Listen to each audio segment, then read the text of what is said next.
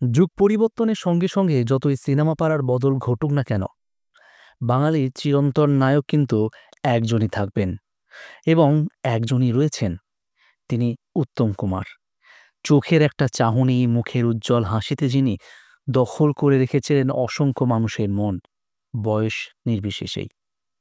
প্রয়াণের এত বছর পরেও তার উপস্থিতি মানুষের হৃদয়ে একই রকম উজ্জ্বল।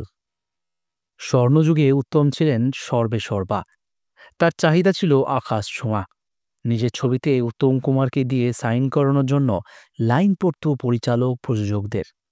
এহেন অভিনেতাকেও কিন্তু বাদ পড়তে হয়েছিল ছবি থেকে, আর তা হয়েছিল তরুণ মজুমদারের ছবিতে।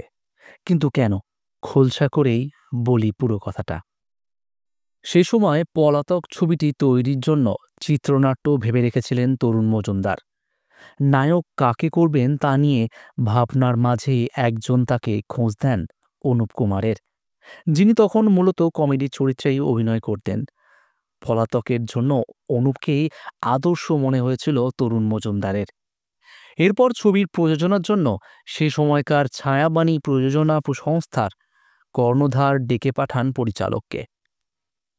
কি ঘটেছিল সেই ঘটনা বলবো, তবে যারা প্রথমবার আমাদের চ্যানেলটি দেখছেন অবশ্যই চ্যানেলটি সাবস্ক্রাইব করে রাখুন।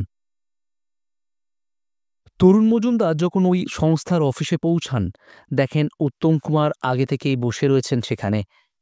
এখানে বলা দরকার, দুজনেরই তখন খুবই ভালো সম্পর্ক ছিল। তাই তরুণ মজুমদার মহানায়কের সামনেই পড়ে শোনান চিত্রনাট্যটি।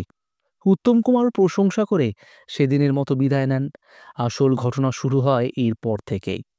কিছুদিন পরেই প্রযোজনা সংস্থার থেকে তার কাছে খবর আসে, ছায়াবাণী প্রযোজনা করবে ছবিটি, আর নায়ক হবেন উত্তম কুমার। তরুণ মজুমদার পড়েন বিপাকে। তিনি আগে থেকেই ভেবে রেখেছেন অনুপ কুমারকে।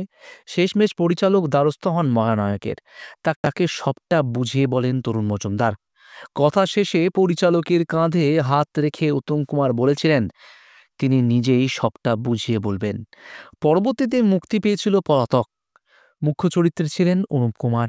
কিন্তু এই ঘটনায় উত্তম কুমার এবং তরুণ মজুমদারের সম্পর্কে এতটাও আঁচ অবধি আসেনি। পরিচালক তরুণ মজুমদার তার সিনেমা পাড়া বইতে লিখে গিয়েছেন মহানায়কের ঘটনাটির কথা। তো বন্ধুরা, এই ছিল আজকের ভিডিওটি ভালো লাগলে অবশ্যই ভিডিওটি লাইক করে দিতে হবে। কোনো মন্তব্য থাকলে সেটি কমেন্ট বক্সে কমেন্ট করে জানাতে পারেন। ধন্যবাদ।